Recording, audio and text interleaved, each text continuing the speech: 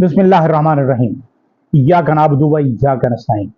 Rabbi इश्रह ली सदरी व यस्सिर ली अमरी वहलुल उक़दतम मिन लिसानी यफ़क़हू क़ौली। सदक़ल्लाहुल अज़ीम। अस्सलाम वालेकुम। MTL टीवी के साथ मैं हूं FDL यानी मोहम्मद तस्लीम नवाब। आप इसमें खबरें और तबसरे सुनते हैं और इसमें हमारा तज्ज़िया होता है और ये तज्ज़िया मेरे नज़दीक पाकिस्तान के हर शहरी के दिल की आवाज़। आज भी हम गुफ्तगू का आगाज़ करेंगे बलूचिस्तान बचाओ पाकिस्तान बचाओ। बलूचिस्तान पाकिस्तान का रकबे के लिहाज से सबसे बड़ा सूबा, जहाँ वसाइल मादनियात बेशुमार, 800 किलोमीटर का साहिल, जिसमें बहुत सी पोर्ट, जिसमें गवादर पोर्ट, जीवनी जो पाकिस्तान का सबसे खूबसूरत सनसेट पॉइंट है, जहां अपने वक्त में मरगाए बरतानिया भी सनसेट देखने आया करती। वो गवादर बलूचिस्तान अब मुश्किल में, और मुश्किल में इजाफा ही हो रहा है। और वो इजाफा इस दफा जो हुआ है वो हुआ है सरदार अख्तर मेंगल के कौमी असम्बली से इस्तीफे। जो मैं जिस बात पे खौफजदा हूं कि कहीं पाकिस्तान की सियासत से, बलूचिस्तान से कहीं विफाक की सियासत के खात्मे का वक्त तो नहीं आ गया, या खात्मे का अमल तो शुरू नहीं हो गया। क्योंकि अगर एक तरफ हम देखते हैं डॉक्टर मालिक हैं जो बुनियादी तौर पर सही सियासी वर्कर हैं, BNP अवामी है और नेशनल पार्टी है। ये तीन पार्टियां कॉन्फ्रेंस पार्टियां हैं जो बलोच इलाकों में मौजूद हैं।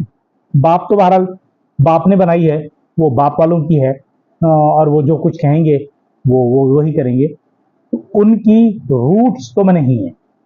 अगर हम भुट्टी साहब को भी देख लें, भुट्टी साहब या इस वक्त जो कुछ हुआ कि सियासतदानों को लाठी से हाँका गया, पीपल्स पार्टी की तरफ हाँका गया, और हमारे जो वजीर आला साहब हैं सरफराज भुट्टी साहब, उनको पीपल्स पार्टी में शामिल करा दिया गया।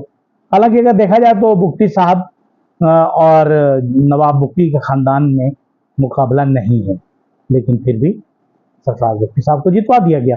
बहरहाल, तो ये अगर हम विफाक की सियासत बलूचिस्तान से खत्म करने जा रहे हैं और अपने रवैयों की वजह से, और तो उसमें किसी का कसूर नहीं है, हमारा अपना कसूर है, उन ताकतवर हलकों का कसूर है जो लाठी लेकर इन तमाम लोगों को हाँक रहे हैं। हालांकि बलोच रिवायत ये नहीं है।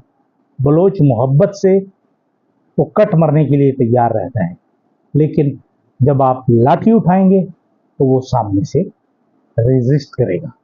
बहरहाल, ये हमारी सोच है कि अगर हम सरदार अख्तर मेंगल को न मना सके तो मैं नहीं समझता कि पाकिस्तान में, बलूचिस्तान में विफाक की सियासत बाकी रहेगी।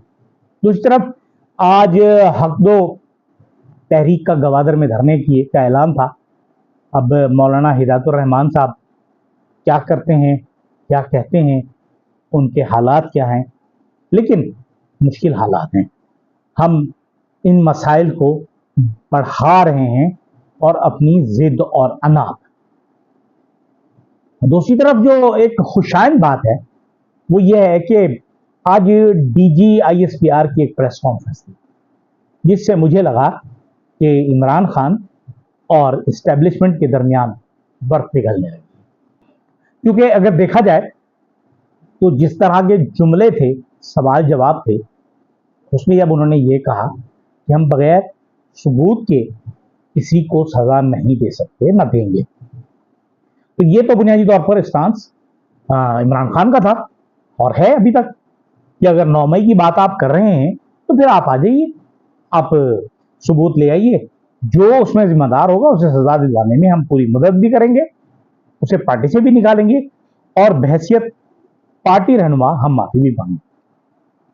मतलब जो जनरल फैज हमीद जो हैं, अगर उनका मामला देखा जाएगा तो आज की प्रेस कॉन्फ्रेंस में एक चीज और भी हुई कि उसमें जनरल बाजवा को क्लीन चिट दे दी, उन्हें बेकसूर करार दे दिया गया।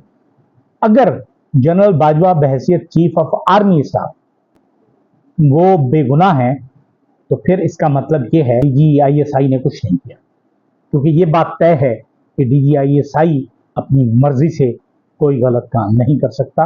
अगर कोई काम गलत करता है तो चीफ उसे उस पर हाथ डालता है और डालता रहेगा।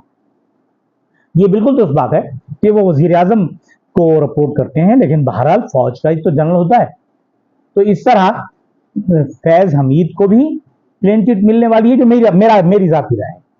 जनरल बाजवा को तो मिल गई, और बगैर सबूत के इमरान खान को भी कुछ ना कुछ मिल जाएगा। इस तरह पाकिस्तान में जो एक नई सियासत शुरू हो रही है वो बेहतरी की तरफ जा रही है, और इसी रवैये का अगर इजहार हम बलूचिस्तान के मामले पर भी कर ले तो बहुत ही खूब होगा कि हम पाकिस्तान के एक बहुत अहम इलाके को अपनी लूप में ले आए, उसे मोहब्बत के साथ चलाने लगे। एक चीज और है जी, नवाज शरीफ साहब के बारे में जो इत्तला मिली है कि जी वो डिमेंशिया का शिकार हो चुके हैं, उन्हें भूलने की बीमारी हो गई है, बोलने की आदत है।